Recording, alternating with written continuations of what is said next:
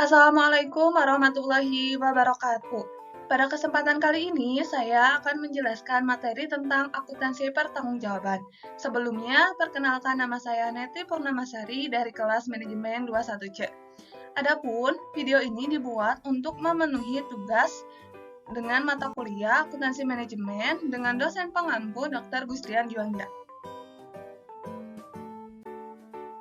Kemudian, materi yang akan saya sampaikan ada 5 submateri. Yang pertama, pengertian akuntansi pertanggungjawaban. Yang kedua, syarat menetapkan akuntansi pertanggungjawaban. Ketiga, manfaat akuntansi pertanggungjawaban. Keempat, tahap perkembangan akuntansi pertanggungjawaban. Kelima, prinsip evaluasi kinerja. Yang pertama yaitu pengertian akuntansi pertanggungjawaban. Definisi akuntansi pertanggungjawaban adalah sebuah konsep maupun sistem akuntansi yang dikaitkan dengan pusat pertanggungjawaban yang ada di dalam sebuah lembaga atau perusahaan. Istilah ini mengacu pada proses pelaporan, bagaimana kinerja manajer pusat dalam mengatur pekerjaan yang berada dalam kuasanya. Di dalam akuntansi pertanggungjawaban ini juga berisikan tahap perkembangan sekaligus cara pengendalian biaya yang ada, baik produksi maupun non-produksi.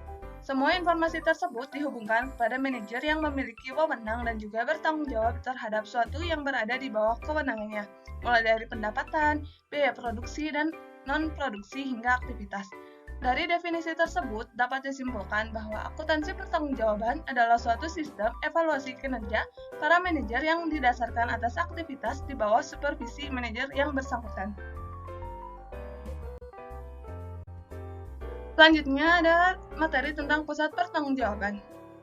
Pengertian pusat pertanggungjawaban atau responsibility center adalah suatu bagian atau segmen atau subunit dari organisasi yang dipimpin oleh seorang manajer yang bertanggung jawab.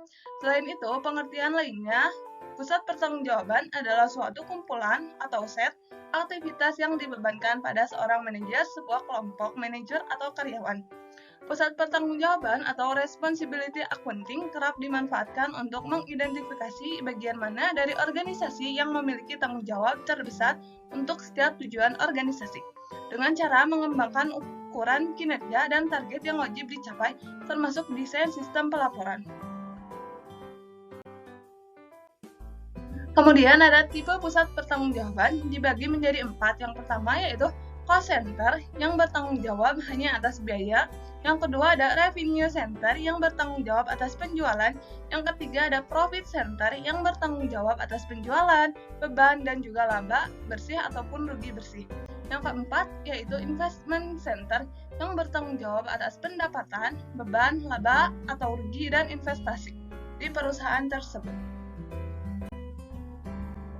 Materi selanjutnya yaitu syarat menetapkan pusat pertanggungjawaban. Ada 4 syarat. Yang pertama yaitu struktur organisasi.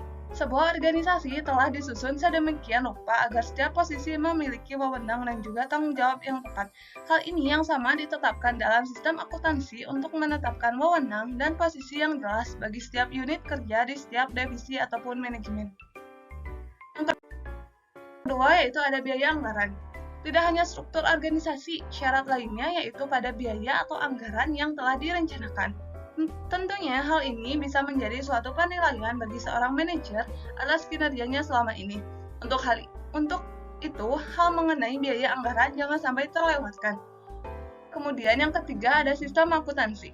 Pada sistem akuntansi haruslah dikelompokkan dan digolongkan untuk pemberian kode sesuai tingkat pertanggungjawaban dalam sebuah manajer, sehingga nantinya biaya terkendali maupun tidak terkendali bisa terlihat, serta klasifikasi perkiraan dalam neraca mengenai laba maupun rugi bisa dilaporkan dengan baik. Yang keempat yaitu sistem pelaporan biaya pengeluaran. Laporan pertanggungjawaban mengenai laporan biaya ini akan berbeda pada tiap divisi atau pusat biaya. Mulai dari isi dari laporan manajer terendah hingga tertinggi pun bisa terkendali direkapitulasi dengan benar. Tidak hanya itu, sistem pelaporan biaya pun haruslah memenuhi syarat dan juga penerapan dari aturan pertanggungjawaban tersebut. 3. Manfaat akuntansi pertanggungjawaban. Ada 3 manfaat. Yang pertama, untuk menyusun anggaran. Dalam menyusun sebuah anggaran, maka akan terbagi beberapa peran untuk mencapai sasaran atau tujuan perusahaan itu sendiri. Terdapat peran yang melakukan penyusunan anggaran, melaksanakan sehingga aktivitas hingga sumber daya yang melaksanakan perannya. Sumber daya yang disediakan pun akan diukur dengan standar yang disusun dan sudah ditetapkan. Yang kedua, yaitu memantau kinerja manajer. Hubungan antara informasi, akuntansi, dan juga manajer cukup berperan penting, karena hal ini dikarenakan kinerja manajer seperti merencanakan anggaran dan tanggung jawab lainnya bisa terpantau secara langsung, sehingga manajer pun bisa melaksanakan dan menggunakan berbagai sumber daya untuk mencapai tujuan yang diinginkan oleh perusahaan. Yang ketiga, memotivasi manajer. Dengan adanya laporan akuntansi, penting untuk memotivasi manajer dan memberikan penghargaan pada usaha. Ini akan mempengaruhi keyakinan manajer bahwa hasil kerja kerasnya sudah sesuai. Yang keempat yaitu ada tahap perkembangan akuntansi pertanggungjawaban. Ada dua tahap. Yang pertama yaitu akuntansi tradisional. Sistem akuntansi yang terstruktur dan terencana dengan baik. Pada akuntansi tradisional, sudah terstruktur dan terencana dengan baik, memastikan pengumpulan hingga pelaporan biaya sesuai dengan pertanggungjawaban masing-masing divisi. Ini memungkinkan setiap orang bertanggung jawab atas laporan anggaran atau penyimpanan biaya yang dibuat.